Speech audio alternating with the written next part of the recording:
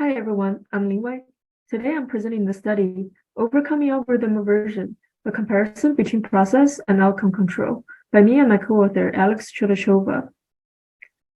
Understanding algorithm aversion is central to advancing responsible AI development. Algorithm aversion occurs when humans are reluctant to use algorithms, even when algorithms outperform human experts. Although algorithms are widely used these days, they unfortunately mostly continue to be designed by third-party researchers and organizations that may not fully understand users' needs and values. For example, in child welfare, caseworkers would disagree with algorithms' decision because caseworkers interpret clients' histories and demographics differently given the circumstances. Such practices can limit the utility, usability, and take-up of the algorithm. So why are we averse to algorithms? There are many reasons. Prior studies show that algorithm agency, its perceived capabilities, human involvement, and other factors all play a role. In this study, we focus on human involvement, or decision autonomy, that stipulates increasing decision autonomy could mitigate algorithm aversion. We break down human involvement into outcome control versus process control.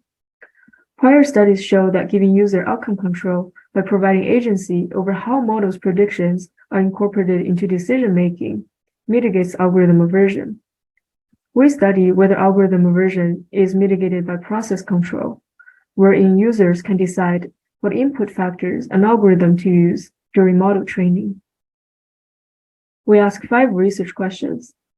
Firstly, we want to understand the effects of outcome and process controls on algorithm aversion and users' perception of the models. Therefore, we ask, are participants who can modify the model's predictions more likely to choose to use the model compared to participants who cannot modify the predictions? Are participants who can modify the model's design more likely to choose the model compared to participants who cannot design the model? Do participants who can change the model's design also report having more confidence in the model's estimates and perceive the model to be more representative of their view, more transparent, and more fair? Secondly, we want to compare the 2 mitigating strategies. We ask, how do the effects of process control compare to the effects of outcome control? Are there any interaction effects between being able to modify models' predictions and designs? In another word, we want to know if more design opportunities are strictly better than no design at all, or if they could potentially cancel each other out in terms of their effects on our primary outcomes. I'll now give an overview of the study design. We conduct a replication study of outcome control and test novel process control study conditions on mTurk and Prolific. In the first study, which we only conduct on mTurk, we replicate the outcome control study by Divorced et al.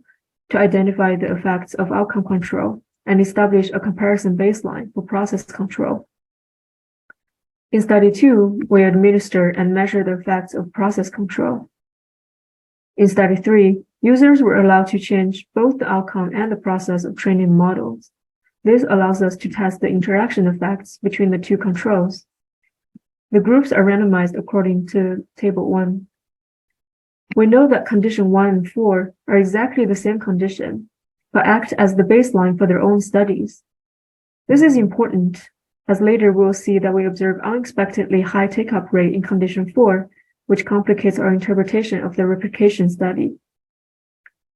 We recruit participants on mTurk who are living in the US, having a hit approval rate larger or equal than 97%, and having completed at least 1,000 hits.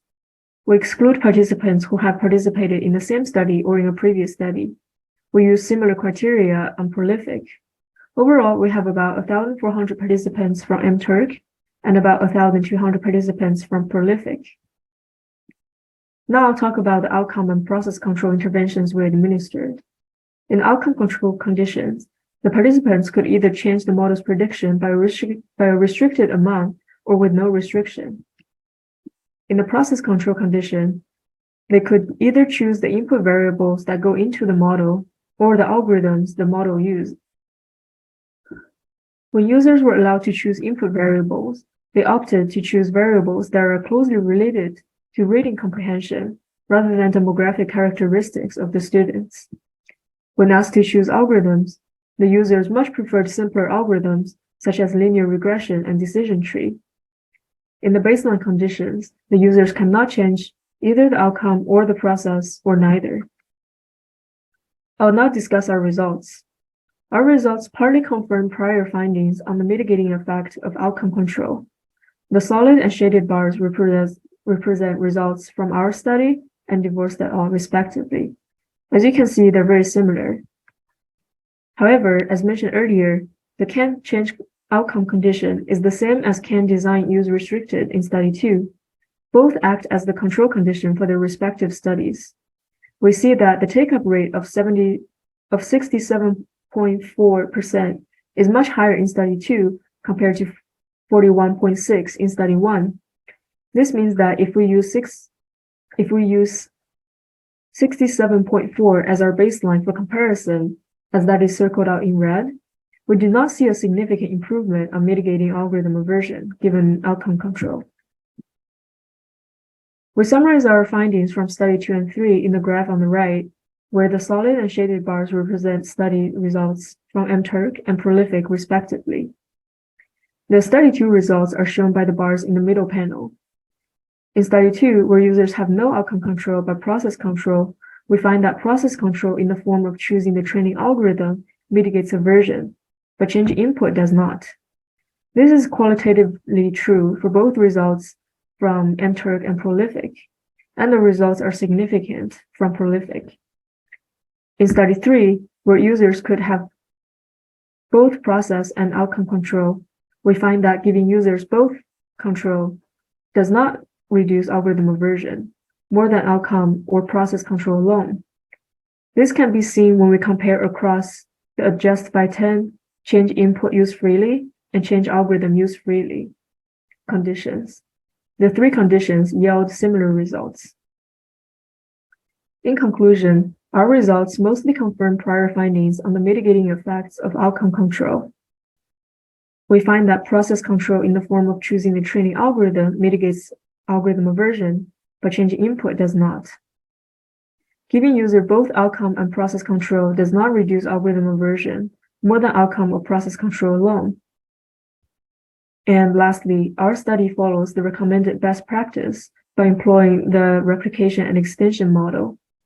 And as you can see, we were not fully able to confirm the prior finding on mitigating effects of outcome control. And our study serves as a cautionary tale in soliciting feedbacks from crowd workers who may not have the expertise as real users. So overall, the study clarifies our understanding of the impacts of process versus outcome control. These findings have many important implications for workplace that seek to increase buy-ins when implementing algorithmic systems. Involving end users in the model design process can increase their utilization of algorithms. However, system designers need to consider which design levers are likely to impact buy-ins in the given setting. Thank you very much.